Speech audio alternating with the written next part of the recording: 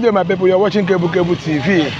Let me break this down. Majority of those that accuse Dr. Lex Otti of paying bloggers to talk about Abia State and also talk about his project does not actually live in Abia State. We don't have any stay here.